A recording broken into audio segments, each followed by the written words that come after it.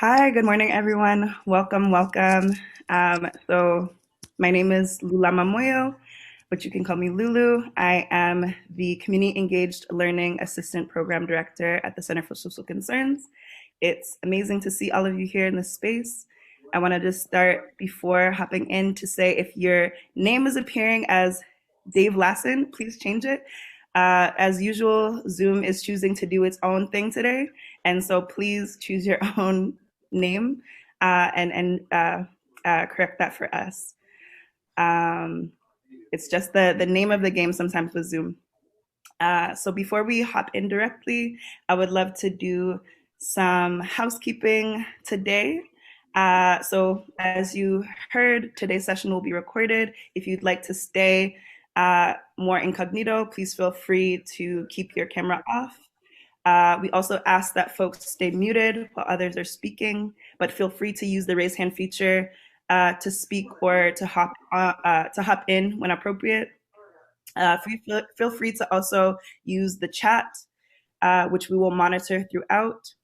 Today is also a very important engaged learning forum because it is centering anti-Asian violence in our community that has stemmed from the COVID-19 pandemic. And we have heard a lot in the news about this, and we want to contextualize it for our local community.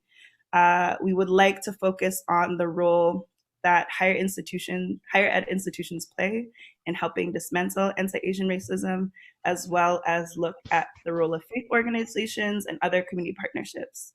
We will invite conversation around action items that we will all utilize in our daily lives as racism can happen in the simplest interactions in our daily lives. So with that, I would like to give a huge, huge thank you to the Liu Center for Asia and Asian Studies, who is our co-sponsor for today. I would especially want to express deep, deep gratitude to Christine Cox, who is the Assistant Director for Programs and Strategy, who has been an incredible planning partner in putting this ELF together with me. Today honestly could not have come together more smoothly if it weren't for her. So thank you, Christine, and other partners from the Liu Center. Today we will start by talking through some of the national and local context of this issue, followed by a conversation with four expert panelists. We will then go into breakout rooms to talk through some conversation prompts and then come back to share out and do a Q&A. We will also hopefully end with, again, some action items to lend suggestions from the panelists. So as we might know or might not know, and anti-Asian violence has a deep historical significance in the US. For example, there was a huge surge during World War II centering the Japanese. There were also Japanese concentration camps during that period, which have been a narrative historically that the US has tried to erase, which is another extension of anti-racist violence in our history books.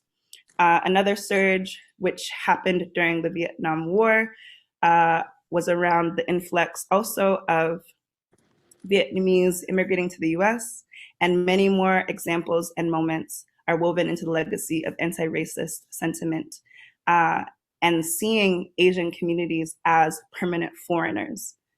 The recent moment that we are focusing on today is the rise in violence that has come from COVID-19 pandemic.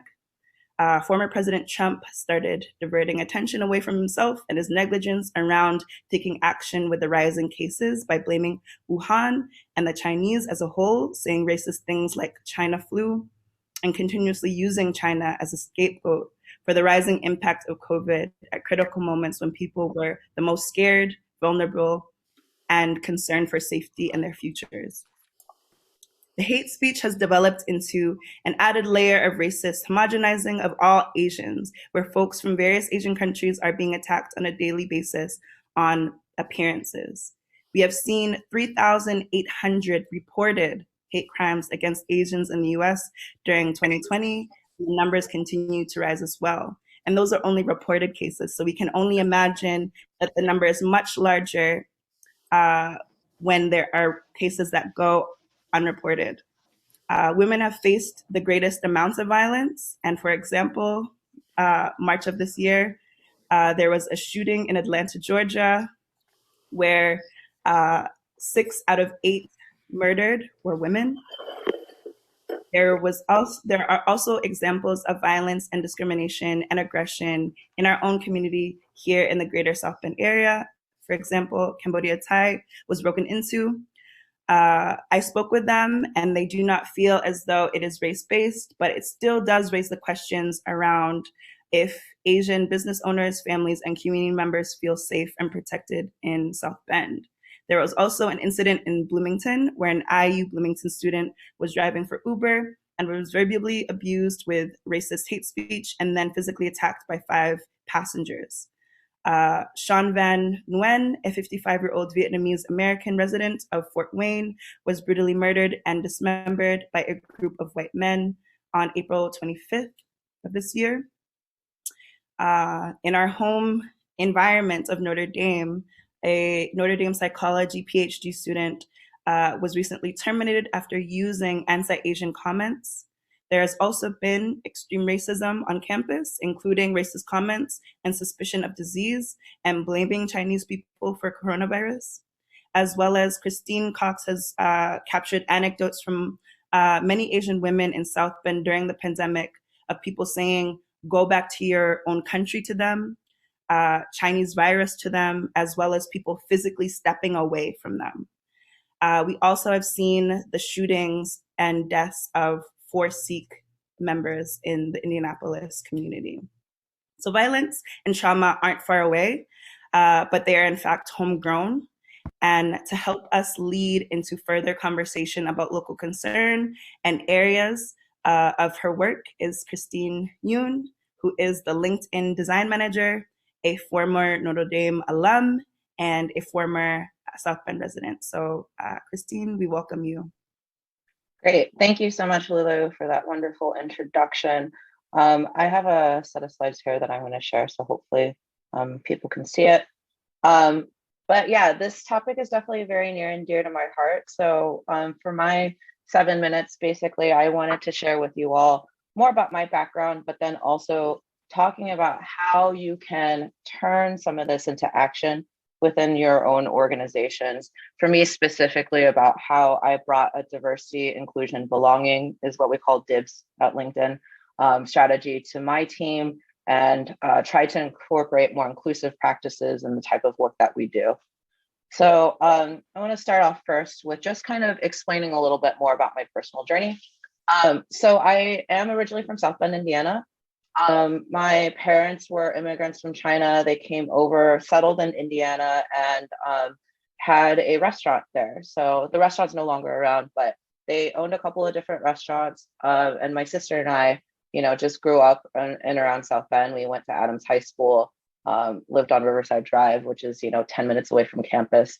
And also went to Notre Dame, and we knew what it was like being a minority. There really weren't that many Asians in our high school graduating class. I can count the number on my hands. So growing up, definitely was exposed very early on to the fact that I was a visible minority, and that it was sometimes, both verbally and also subtly too explicit that it was made clear that I was like Asian and not necessarily belong to the community. So it was tough, but with a lot of these types of challenges, it made me a stronger person too, and just made me really conscious of diversity and inclusion, and making sure that I was bringing that into the practice of what I do in my day-to-day life, and then also helping others. So that kind of led into talks a little bit next about my personal journey. So after college, I went to work at Deloitte for a couple of different, for about 5 years, starting in the Chicago office, and then I moved out to San Francisco, which is where I live today.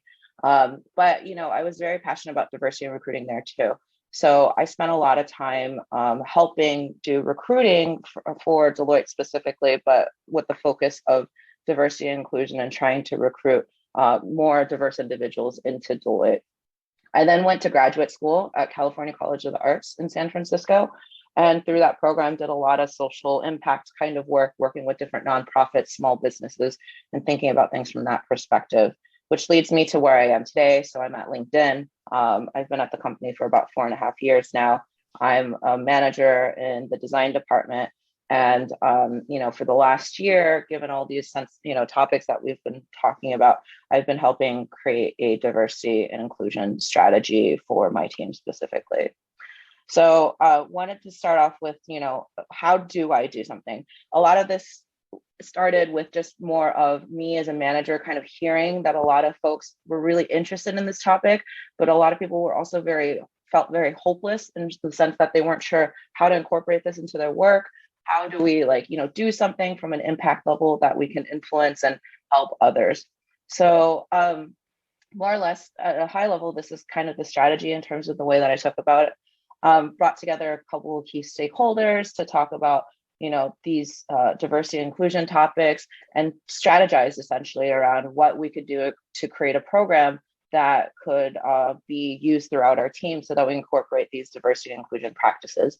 And then lastly, I'll show some examples of how we implemented this at what we do. So start off with a discussion and workshop on the team.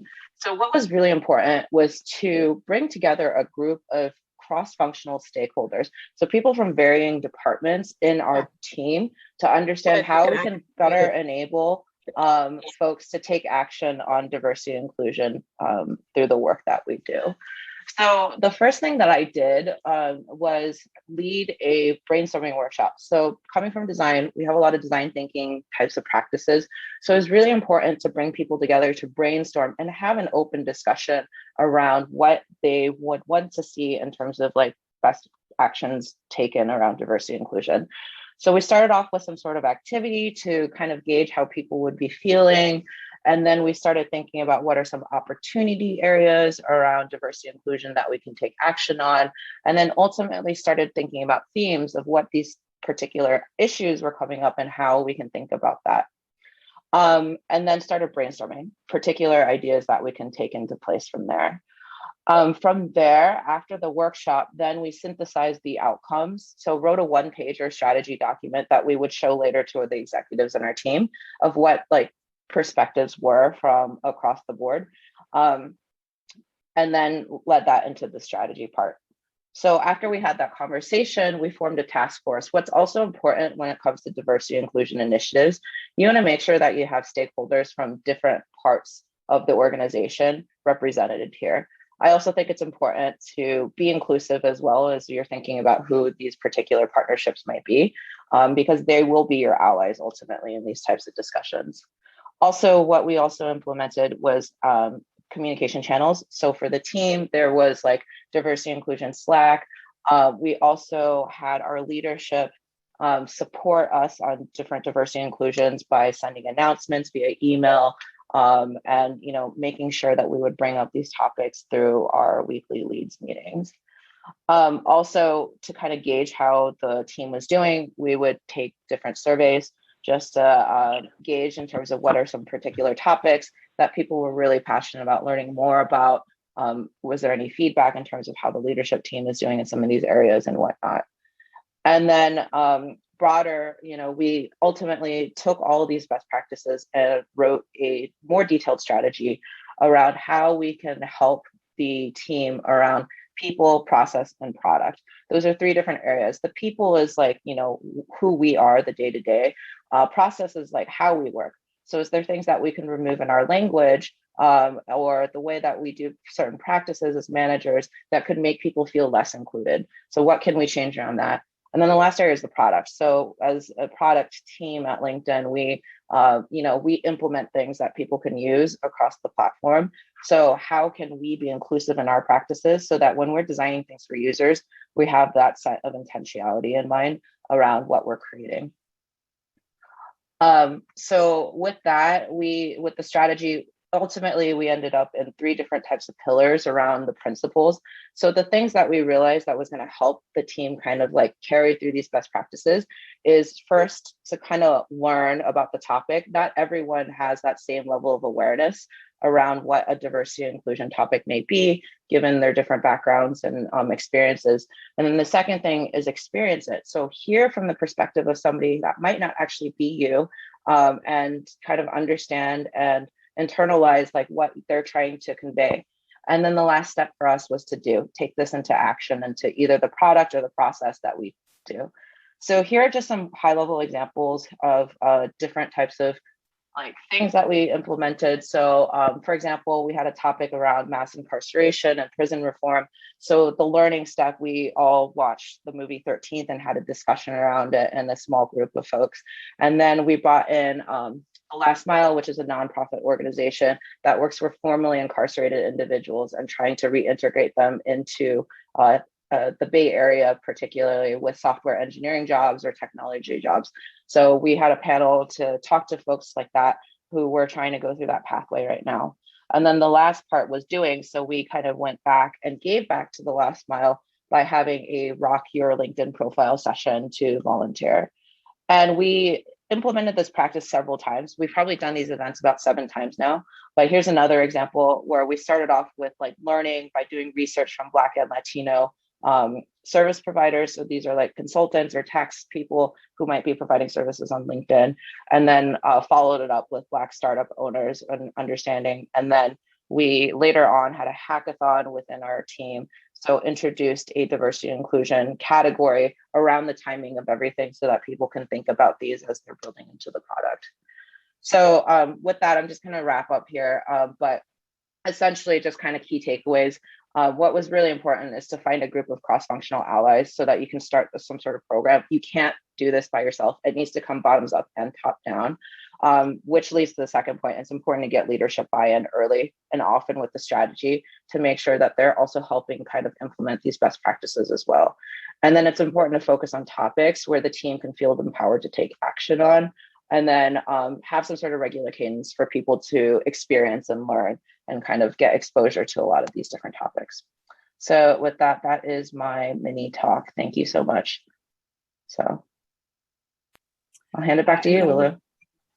Thank you so much. And thank you for your incredible work around DIBS. And I hope that we can engage Christine with questions and comments a little bit later on. But thank you again for that introductory space to your work. Next, I would like to introduce Professor Tengfei Luo, who is a professor in aerospace and mechanical engineering at the University of Notre Dame. Thank you, Lulu, and also thank you, Christina, for the introduction and also invitation and also organizing such events. Very timely and very needed. As Lulu said, I'm a professor in aerospace and mechanical engineering here at Notre Dame. I also wear another hat recently. I'm currently the president of the Association of Faculty and the Staff of Chinese Heritage, which is employee research group, employee resource group at Notre Dame. The mission of this association is to serve as a resource for Notre Dame faculty and staff of Chinese heritage and those with an interest in Chinese culture to network, communicate, and promote cultural diversity and inclusion in the greater Notre Dame community. We emphasize this group, it's open to all Notre Dame employees. As I said, those who are interested in Chinese culture can join us. It's definitely not just for people from a single country, okay? So this is employee research resource group. So I want to talk about my personal experience about fighting anti-Asian violence. So in March, when the Atlanta shooting happened, we wrote a letter to Father Jenkins, urging the university to officially and publicly denounce the anti-Asian crime, violence, and injustice. I can put the link. It's still up there. I can put the link in the chat. Everybody can see and can browse. We collected 450 signatures, which was amazing. Um, and we were so thankful for the support from the whole Notre Dame community. Okay, so we realized we're not fighting alone. In recent months, we have also seen a number of events in our community discussing anti-Asian violence and how to fight back. This has been a collective effort from people with diverse ethical backgrounds. I feel so thankful and happy to see people with the same, with the shared value are coming together, are voicing up in a coherent voice to fight anti-Asian racism and also racism in general. Okay, so we're happy that the injustice towards AAPI has finally been discussed nationally, and a lot of actions are being taken. Historically, I think racism towards AAPI are not as discussed as it's supposed to be.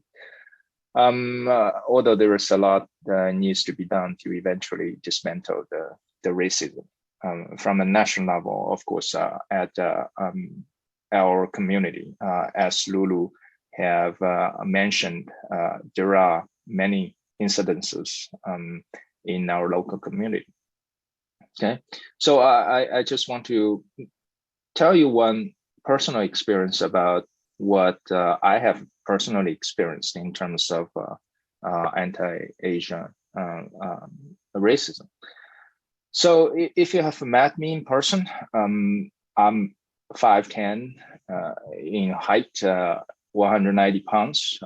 You probably don't think that I'm someone who people would discriminate randomly. So I thought so too, okay? But let me tell you a personal story from a couple of years ago.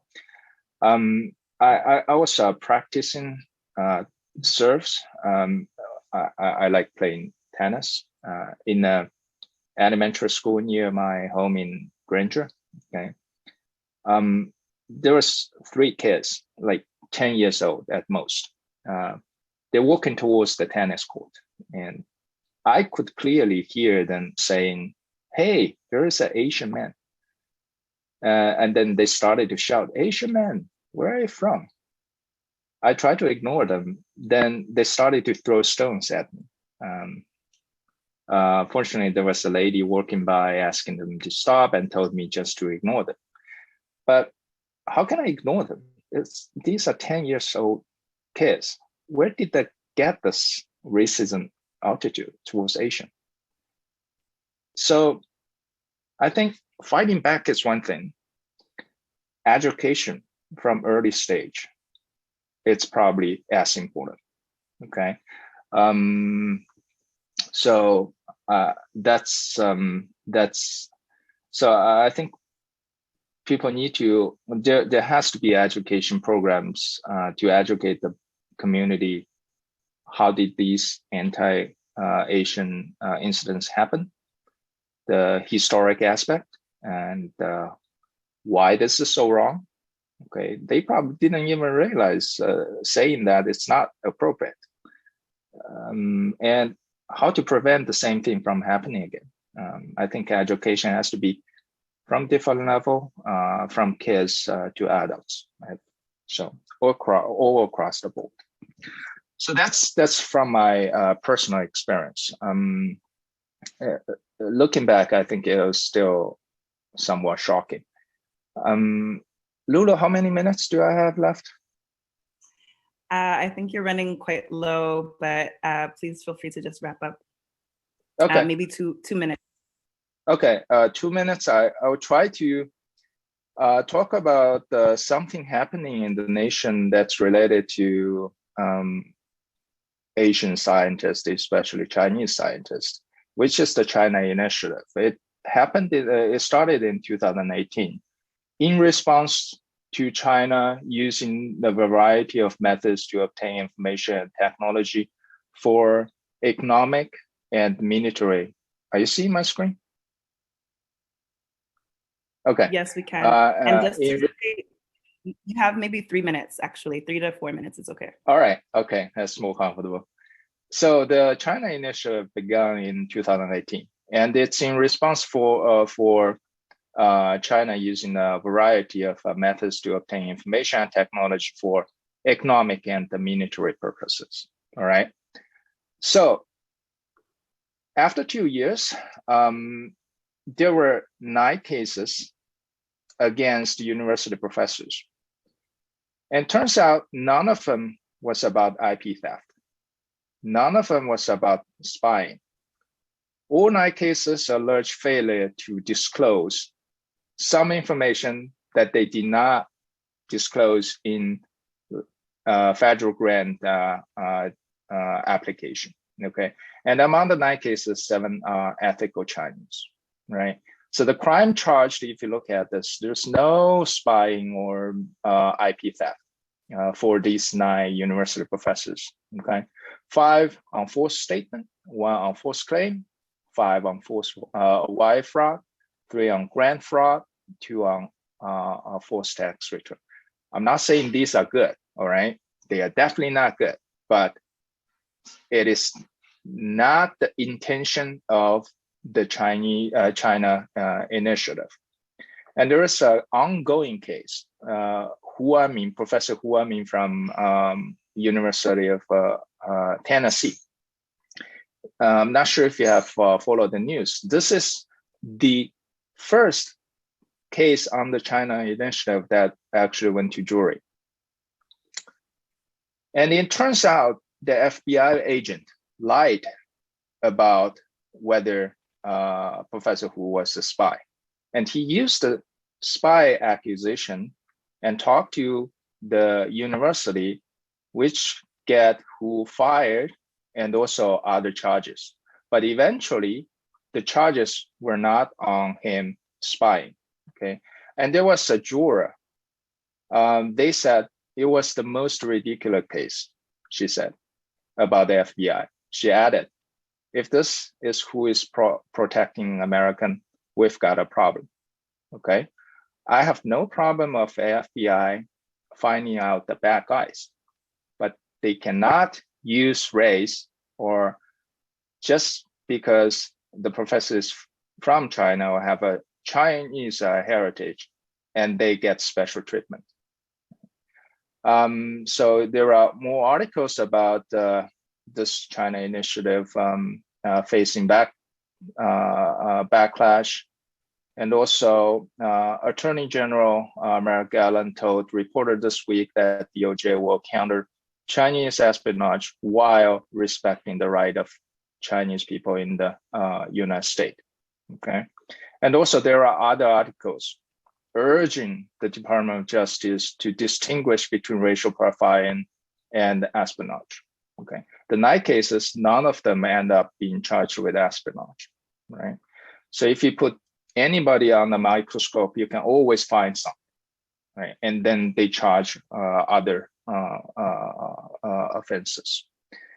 And there was another article on Bloomberg Law. The author said, hopefully, Biden Justice Department will reevaluate the China initiative and refocus its enforcement priorities on the harm it was meant to address, the theft of trade secret by China and the harassment of this country, supremely talented Chinese American scientists overseas. So they put a lot of mental stress on Chinese scientists. There are things we do normally, and now we have to think twice, 3 times before we do.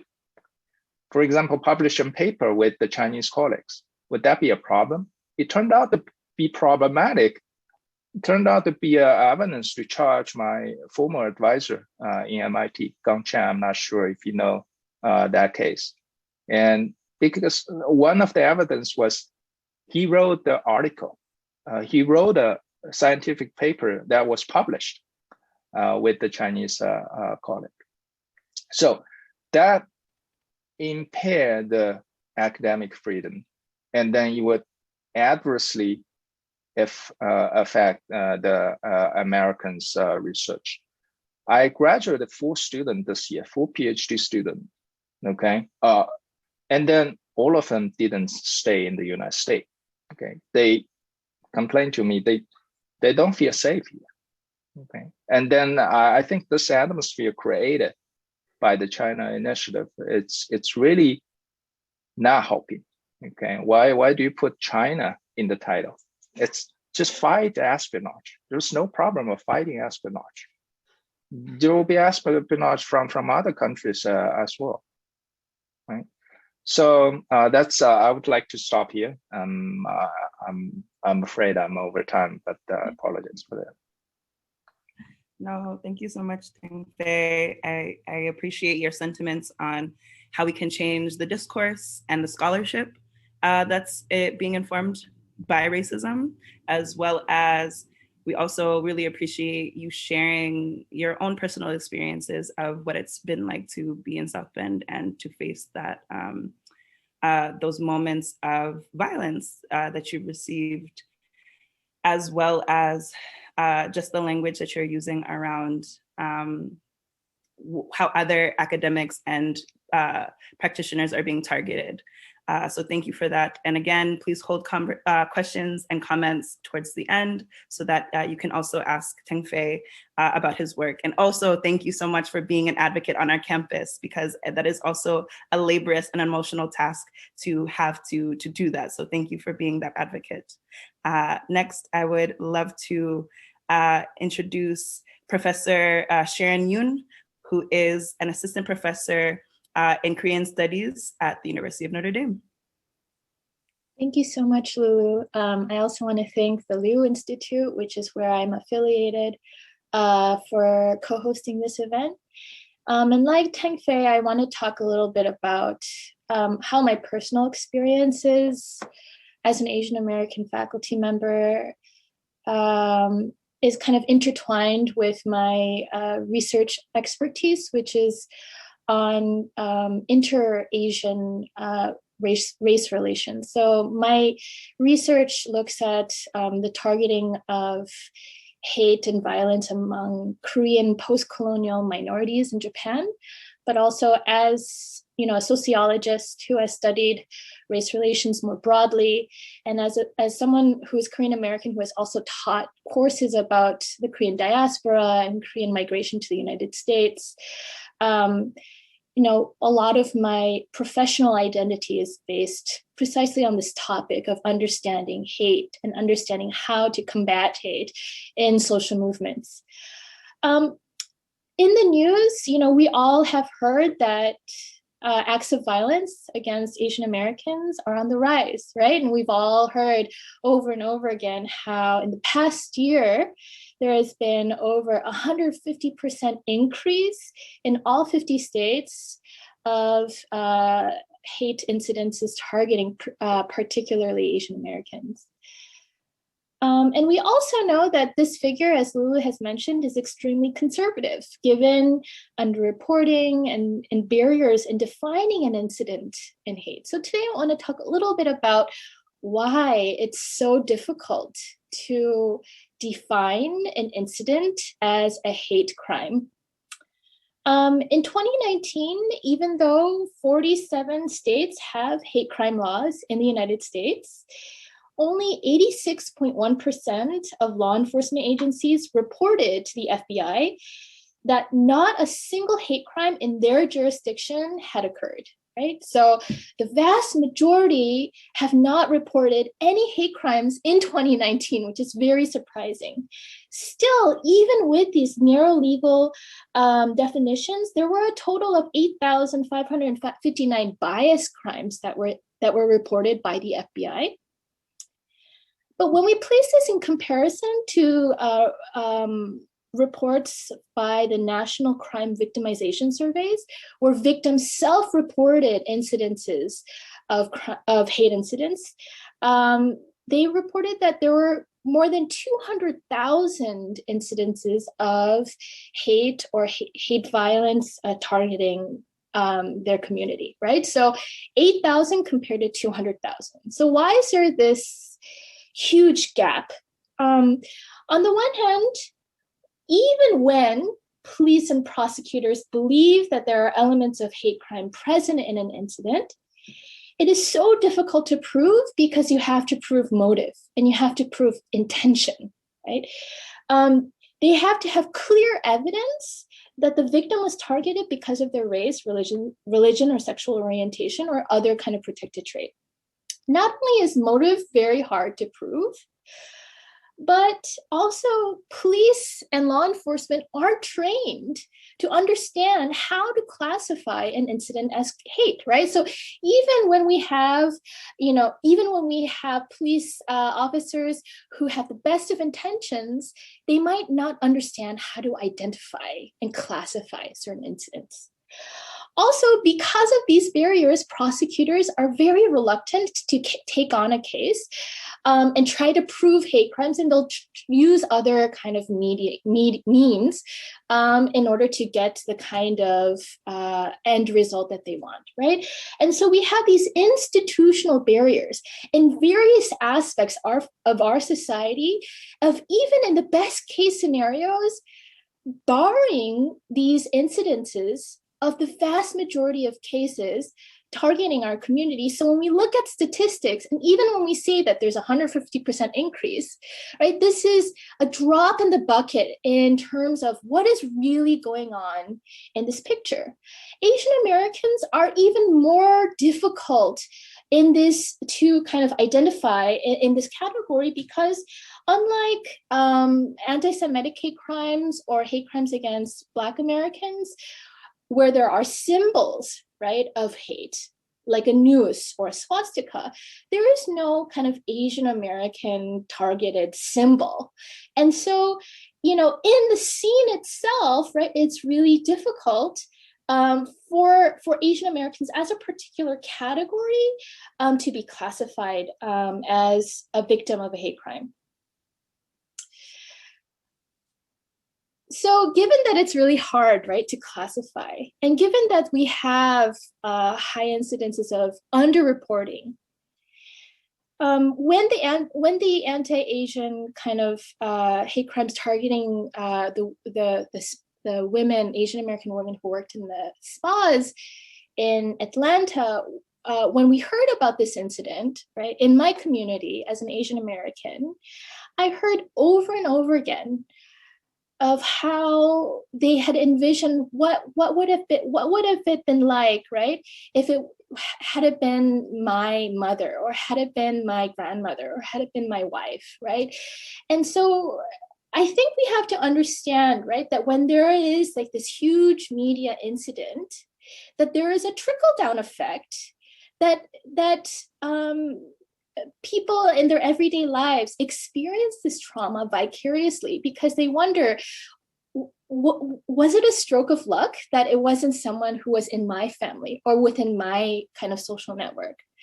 And so in this past year, as Asian Americans are bombarded over and over again with media images of people being targeted for random acts of violence, right, in the subway or in public parks or in grocery stores, right, there is this, again, trickle-down effect that even if you weren't, targeted specifically, that you kind of bear like this trauma of wondering, am I going to be the next person? Is my family member going to be the next kind of target, right? And so, in the earlier part of the pandemic in 2019 and 2020, we had to be vigilant because we're afraid of getting infected by the virus. But then in the latter half of 2020, we also had to be vigilant as people returned to their normal lives of going back into public spaces, because we were afraid, right? We were afraid that we would be this next target, and there was no way to know how to protect ourselves because they all seemed so random, right? And so what I kept on thinking about, right, is this double vigilance that we had, like this vigilance of not trying to be infected by the disease, but also this vigilance of trying to be aware of our surroundings and to be cautious so that we weren't also the attack of verbal or physical assault.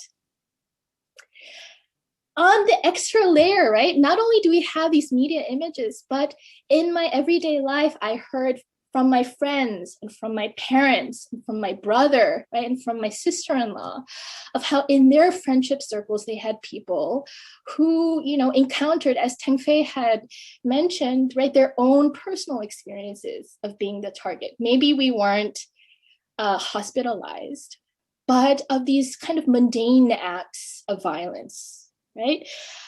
On my Instagram and on my Facebook, I saw my friends sharing purchases of pepper spray, or talking about, like these nuts and bolts of self-defense, right? Of where we can go and get training for self-defense.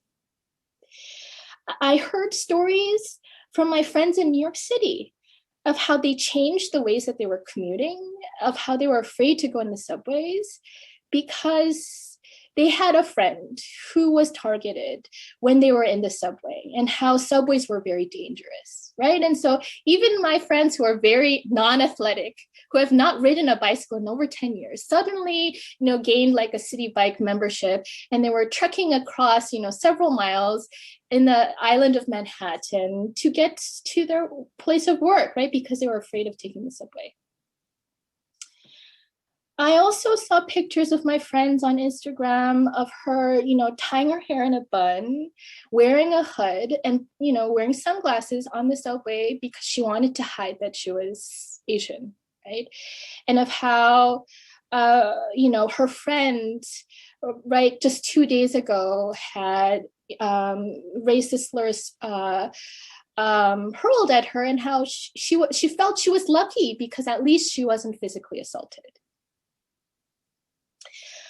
I also had, my brother and my sister-in-law talking about, how they could arm themselves, what kind of weapons, whether they should get a taser, right? Whether, their friends getting guns, right? And wondering like if that would at least make them feel safe, right? Whether that was worth it. And of their friends going to the gun shops and buying a weapon, and then hearing the vendor say that, there has been so much influx of Chinese and Asian Americans who are visiting his shop that he even learned basic greetings in Korean and Chinese.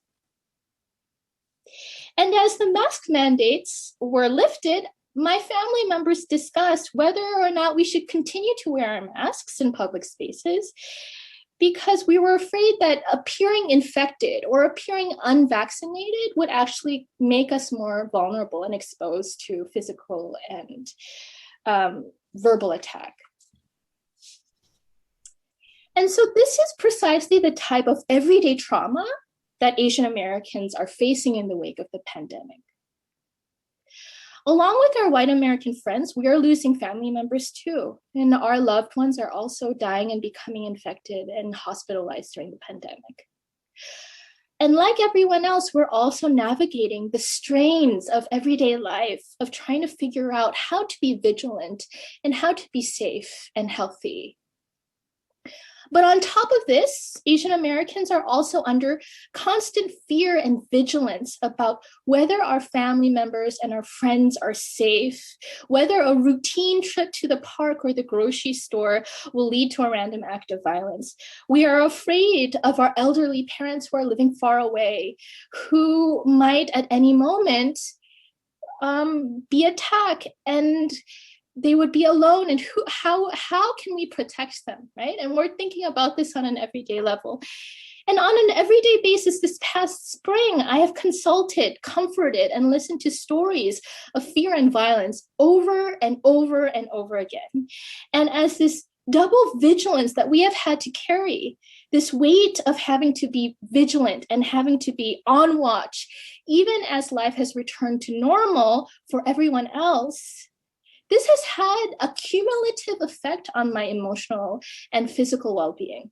I feel frustrated that this accumulated weight and grief that so many Asian Americans feel is largely invisible to the vast majority of mainstream Americans. Yes, we have been traumatized by the Atlantic shootings, I was unable to focus on my work for the entire month of March, not only because I had to, present the voice of Asian Americans like on panels like this, but also because I envisioned, what would have happened if that, those spa victims had been my mother or my sister or my grandmother, right? But on top of this trauma is continuing to happen for us. It has not stopped. In some ways, it has gotten even worse. And things that we have taken for granted, like taking a walk in the park, is no longer something that we can take for granted anymore. What I want us to talk about today is to understand how we can build coalitions and allies to make this cumulative weight of double vigilance more visible to the ordinary American. Thank you. Oh gosh, thank you so much, Professor Sharon Yoon. I want to so honor the pain and the frustration in your voice and just in what you're speaking on, that there's so much lived trauma going on right now, and particularly harking on just going back into spaces as restrictions lift, and the doubling up on the level of protection that people associate with entering public spaces.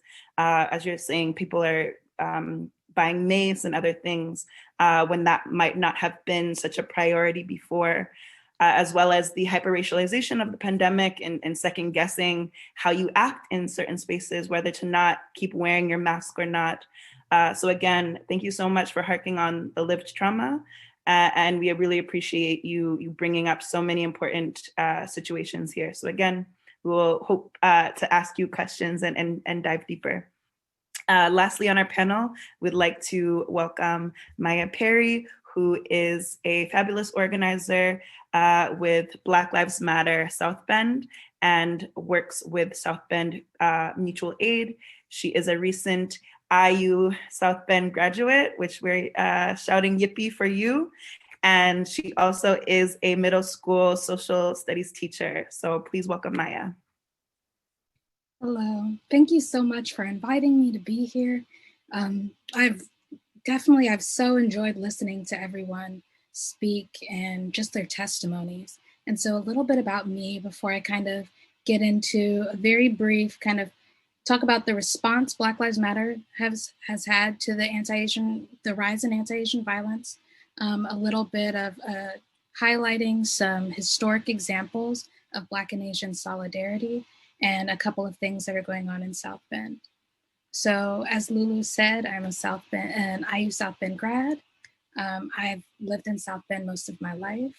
I've been an organizer. I've been organizing with kind of multiple local organizations for the past few years, and currently serve as one of the members of the leadership of Black Lives Matter South Bend. And so I guess Black Lives Matter has responded to the increase in anti-Asian xenophobia and violence by continuing to stand in solidarity with Asian communities, amplifying their asks, and engaging in conversations to promote interracial solidarity in the midst of white supremacist terror. We also held, after the Atlanta shootings, we held a rally downtown in conjunction with the Michiana Alliance Against Racist and Political Repression, inviting people to come and speak about how they were feeling in the moment. And it was a really great opportunity for us to connect with other people in Asian communities in South Bend who we previously, did not know. And so that was a wonderful opportunity for solidarity, because we were able to get people involved with some of the things that the Michiana Alliance was doing, and also to show our Asian community members that we care about what is happening and we are standing with them. And so this, as Lulu mentioned earlier, this recent uptick in anti-Asian violence was encouraged by our former president and his xenophobic scapegoating of China to detract from his failure to appropriately respond to the COVID-19 pandemic. But its roots are a lot deeper than that. It kind of represents the continuation of over a century of bigotry, exclusion, and misinformation regarding Asian Americans. And this, current iteration of anti-Asian sentiment in response to COVID-19 is based upon those same kind of stereotypes of uncleanliness that fueled the idea of yellow peril and really resulted in the Chinese Exclusion Act. And so Asian and African people, they built this country, that's undeniable. They were involved in the kind of foundational structuring of the infrastructure of this country, and have been alienated from the benefits of their contributions. Our shared status as an unassimilable threat to white American supremacy contributes to a legacy of anti-colonial and anti-racist organizing that continues today. Our struggles within the US have been very different, but liberation is not a zero-sum game or competition between marginalized people, and so we refuse to remain silent or engage in racist scapegoating. White supremacy is our common enemy. It is what divides our communities and pits us against one another, and it can only be dismantled through multiracial coalition work. And so this work it's been present for a very long time, and it's not really necessarily highlighted. I think a lot of what tends to happen in the media is people focus on the division and the kind of friction between Black and Asian communities in the United States, but they fail to kind of talk about why that friction exists. And it is, as I said, it's white supremacy and the ways that people are forced to fight against each other for these scarce resources, and that forced scarcity that continually pits minorities against one another. And so kind of this view of multiracial coalition work and solidarity, it's been championed by Frederick Douglass as far back as 1869, when he spoke out against Chinese exclusion in favor of a composite nationality. And there was also the Bandung Afro-Asian Conference of non-aligned countries in 1955 that condemned colonialism and racism and promoted economic and cultural cooperation. There was also the 1969 multiracial coalition of the Third World Liberation Front that was comprised of UC Berkeley students whose protests demanding that the university acknowledge the histories of colonized people as legitimate scholarship resulted in the creation of a Department of Ethnic Studies. The Black Panther Party was also committed to learning from and standing in solidarity with Asian nations. They visited China several times. They were very involved, especially when you look at Oakland, California. It's a very multi-ethnic, multiracial community. And Asian Americans were involved in that from the beginning. And so it's from this history of cooperation that we can find inspiration to move forward and move the work for social justice forward, even in South Bend. So in South Bend, there are so many dedicated activists fighting for racial justice. And although many people view South Bend as a very liberal city, we have a very long way to go as it pertains to ensuring equal opportunities for marginalized people. And so Black Lives Matter South Bend works closely with the Michigan Alliance Against Racist and Political Repression, which is a multiracial organization, to build an informed anti-racist majority and push progressive local legislation.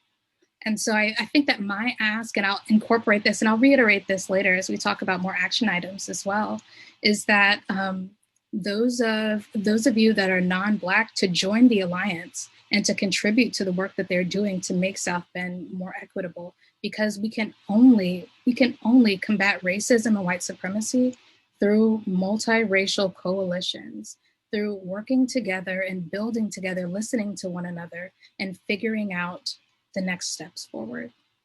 And so thank you. Thank you so much, Maya.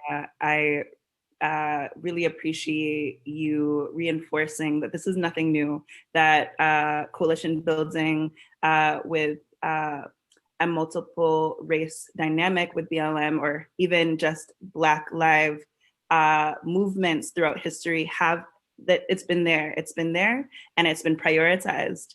And there has been mutualistic learning. And I think that really brings home all of the presenter sentiments around how we each piggyback off of the work that African Americans and the African diaspora are doing, as well as how that influences the work around Asian American and Asian social justice work. And so thank you for really harking and bringing in, as well as the work that you're doing with the South Bend chapter. So thank you again. So we really wanted to prioritize the presenters today. So we are going to scrap some of what has been planned and really abbreviate it because I really do appreciate the conversation and the priority of people's sentiments today. So thank you for that. Maybe we can do, I still want to have at least some breakout involvement today just to get people talking with each other, and then we'll open it up to a bigger discussion. So we're going to do a little bit of a rapid fire situation where we're going to have a 5-minute discussion. I'd suggest out of the 9 questions that I've overwhelmed you with, maybe choosing one, or even just being open to discussion and unpacking some of what you've heard from the presenters with each other. So I'll ask Petrina to maybe help me break out the breakout rooms, and we'll just do 5 minutes. And again, please stick around. We're going until 12:15 today. And so please do not rush away when it hits 12. Welcome back, everyone. I know that it wasn't enough time, but I really do appreciate you trying your best to communicate with each other and discuss this important topic. So with wanting to just jump on in, would anyone like to share what you were able to talk with your group on, or anything that is coming up for you from the presenters? And feel free to start.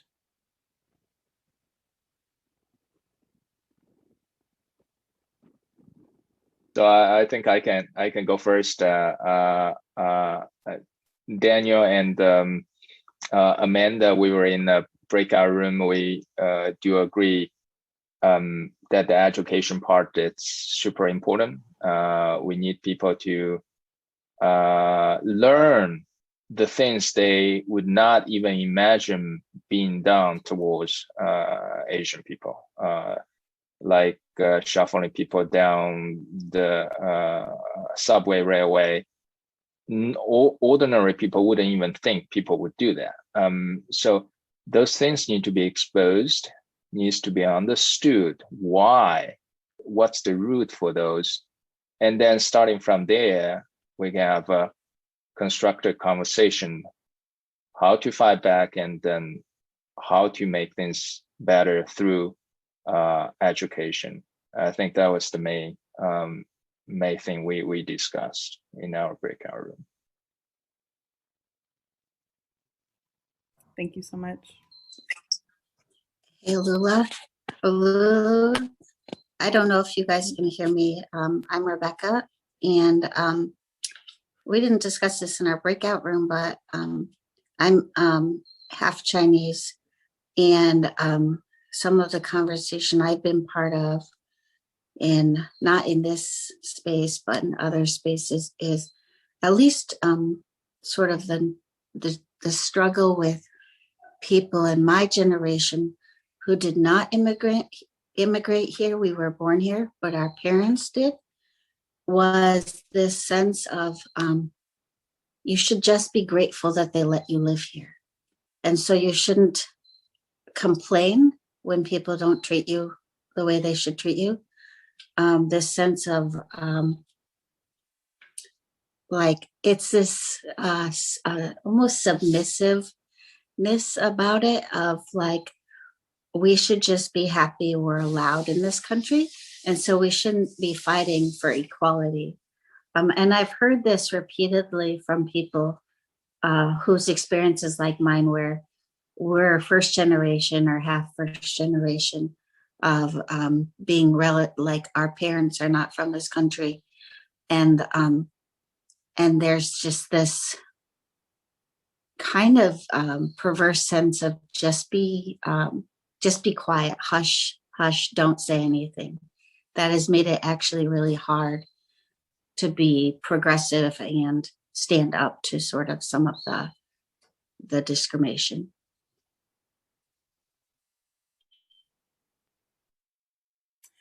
Thank you so much, Rebecca, for talking about just the conflicts in what it feels like to be part of the older and newer diaspora and what that looks like, and also talking a little bit on the model minority stigma. So thank you for bringing your own personal relationship to that.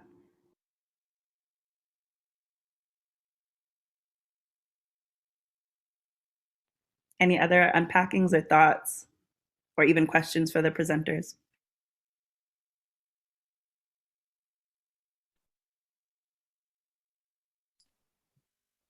I'll say something. I think in our group, and I'm texting with an Asian friend who is on this call right now. We were just texting about how grateful we are to have language. A lot of it that Sharon provided for us, such as double vigilance. I mean, just having words to put toward our experiences is very powerful. So that was one of our observations. And then we also kind of talked about what our next action steps might be. So thank you, especially to Maya for kind of laying that out. Thank you so much, Christine. And it's also awesome to hear that there's some sidebar conversations happening and some passion happening and making connections. But yeah, that's also a great sequitur into what are people's thoughts around action items that you might want to ask of the Center for Social Concerns or the university as a whole, or even as part of your local institutions or organizations that you're working in. What are some of your challenges or asks of your organizations, or what are you hoping to incorporate in your lives?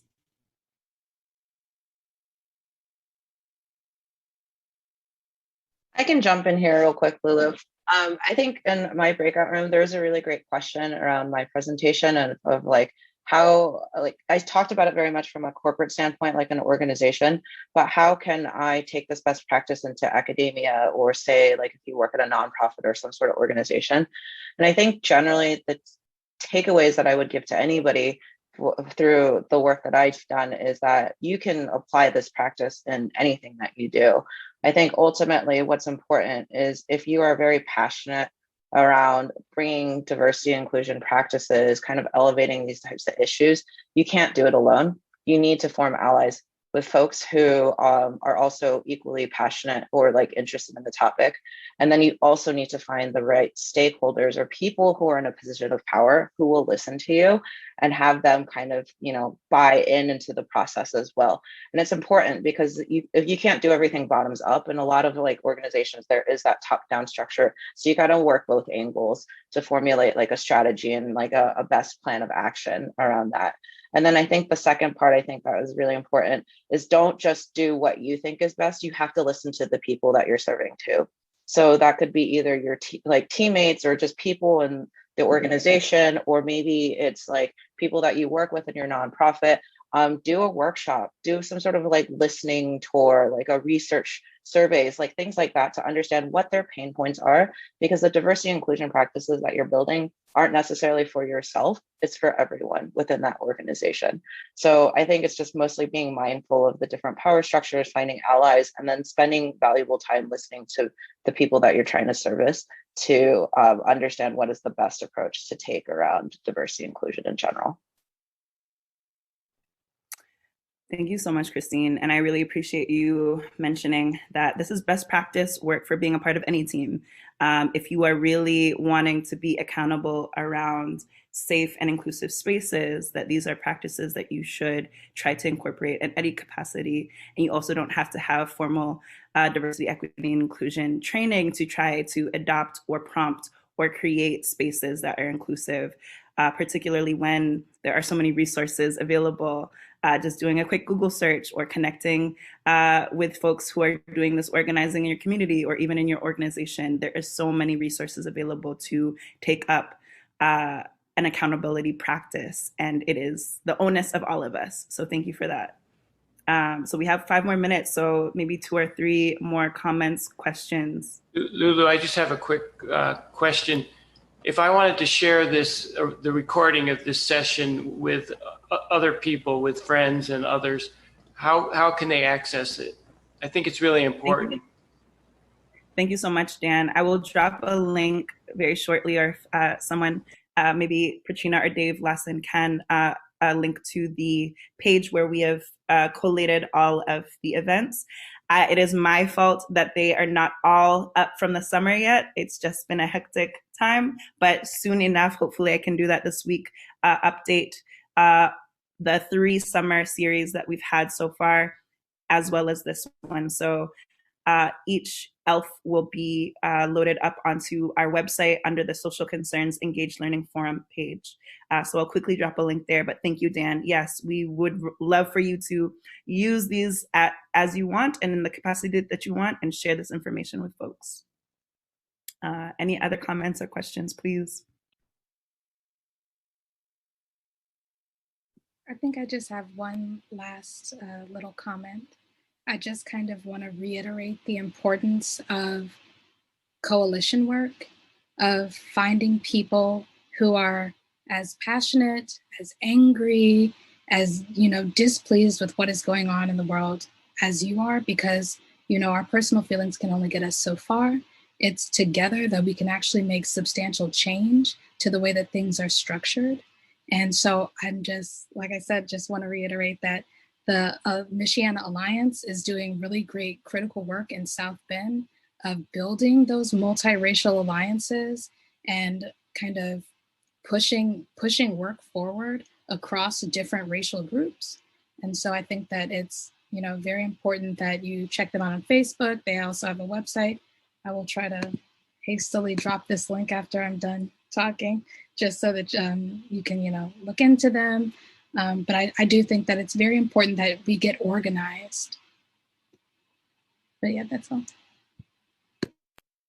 Absolutely. Thank you, Maya, for those sentiments around, again, there are abundant resources looking for your support. And if this is a passion of yours, please do reach out to organizations. I think it's also important to say that the panelists today who are invited to speak, we are not here to just survey the trauma that they are talking about, or the memories or the experiences, but they are people we would love to raise up and support in their work, as well as continue to see how we can also carry the torch and alleviate some of the burden. And so please use this space and other engaged learning forums like this to find ways to connect with folks, find ways to, as Maya says, coalition build. There are organizations doing this work. Reach out to them to find other ways and pathways of supporting your local community. And with that, I think we are coming to a close end. So I do want to say thank you so much. I'm going to post in the chat a link that I've found helpful around really just introductory kind of conversation starters for anti-racist or anti-Asian violence rhetoric and how to combat it. There are techniques and conversation points around how to have conversations with partners and friends, as well as with kids. I know that there are a lot of youth workers on this call, so there are conversation points there, as well as have conversations with the institutions and organizations that you're working with. And again, as someone has mentioned, how to leverage power, as that is important to find the people who have the power in an institution or organization and getting them to work with you to leverage that power. So again, thank you all so much for your time and your consideration. Thank you to our wonderful and fantastically experienced panelists for their incredible work, and we continue to love, appreciate, and support you. And thank you to all the participants who have given their thoughts today. Take care and be safe.